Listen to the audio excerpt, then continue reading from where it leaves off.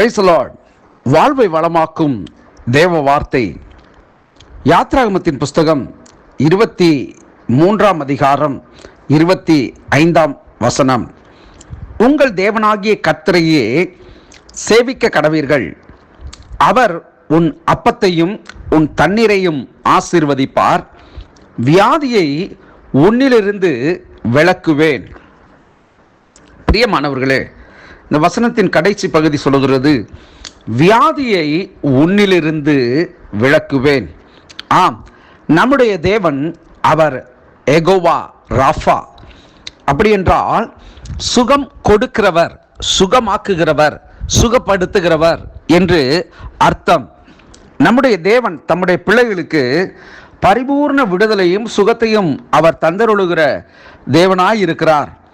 யாத்ராகமம் 15ஆம் அதிகாரம் 26ஆம் வசனம் இப்படியாய் சொல்லுகிறது, நீ உன் தேவனாகிய கர்த்தரின் சத்தத்தை கவனமாய் கேட்டு அவர் பார்வைக்கு செம்மையானவைகளை செய்து அவர் கட்டளைகளுக்கு செவி கொடுத்து அவருடைய நியமங்கள் யாவையும் கை கொண்டாள்.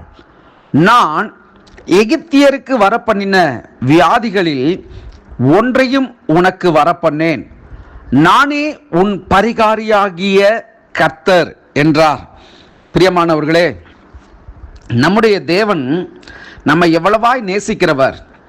எப்படி சொல்லுகிறார் பாருங்கள், எகிப்தியனுக்கு வந்த வியாதிகளில் ஒன்றையும் நான் உனக்கு வரப்பண்ணேன். அப்படி என்றால் எகிப்தியருடைய வாழ்வில் எப்படிப்பட்ட வியாதிகளை அவர்கள் அனுபவித்திருப்பார்கள், எப்படிப்பட்டதான சூழ்நிலைகளை அவர்கள் கடந்து வந்திருப்பார்கள் என்பதை நாம் யோசித்து பார்க்க வேண்டும். 10 விதமான வாதைகள், ஒவ்வொன்றையும் நினைத்து கூட பார்க்க முடியாது.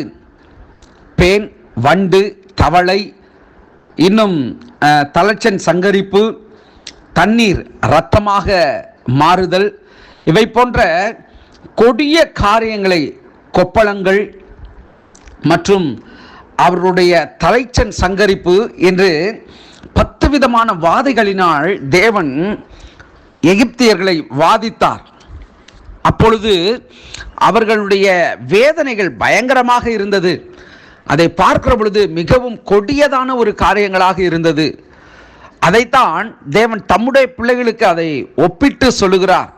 நான் எகிப்தியனுக்கு வந்த வாதைகளில், எகிப்தியனுக்கு வந்த வியாதிகளில் ஒன்றையும் உனக்கு வரப்பண்ணேன். அப்படி என்றால் வியாதியை நான் உனக்கு அனுமதிப்பது இல்லை. நானே உன் பரிகாரியாகிய கர்த்தர், அதாவது மருத்துவர் என்று அவர் சொல்லுகிறார். இந்த நாளில் தேவனுடைய பிள்ளையே, வியாதியை உன்னிலிருந்து விலக்குவேன், உன் அப்பத்தையும் தண்ணீரையும் ஆசீர்வதிப்பேன் என்று சொன்ன தேவன் அவர் ஒரு கட்டளைகளை வைக்கிறார். இந்த 26வது வசனத்திலே, 15ஆம் அதிகாரம் 26வது வசனத்திலே, நீ உன் தேவனாகிய கர்த்தரின் சத்தத்தை கவனமாய் கேட்டு அவர் பார்வைக்கு செம்மையானவைகளை செய்து அவர் கட்டளைகளுக்கு செவி கொடுத்து அவருடைய நியமங்கள் யாவையும் கை கொண்டாள். அப்படின்னா அவருடைய கட்டளைகளுக்கு கீழ்ப்படியணும், அவருடைய நியமங்கள் யாவையும் நாம கை கொள்ள வேண்டும் என்று தேவன் விரும்புகிறார். அப்படி அவருடைய நியமங்களையும் கட்டளைகளையும் நாம் கை கொண்டு நடக்கிற பொழுது எகிப்தியனுக்கு வந்த வியாதி ஒன்றும் நம்மை அணுகுவது இல்லை.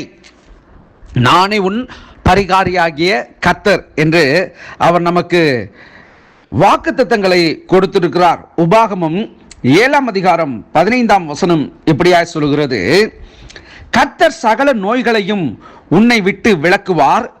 உனக்கு தெரிந்திருக்கிற எகிப்தியரின் கொடிய ரோகங்களில் ஒன்றும் உன்மேல் வரப்பண்ணாமல் உன்னை பகைக்கிற யாவர் மேலும் அவைகளை வரப்பண்ணுவேன். ஒரு அல்லேலூயா சொல்லுங்கள்.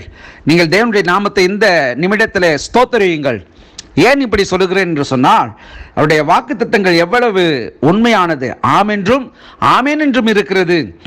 கர்த்தர் சகல நோய்களை உன்னை விட்டு விலக்குவார். உனக்கு தெரிந்திருக்கிற எகிப்தியரின் கொடிய ரோகங்களில் ஒன்றையும் உன்மேல் வரப்பண்ணாமல் உன்னை பகைக்கிறவர்கள் மேல்.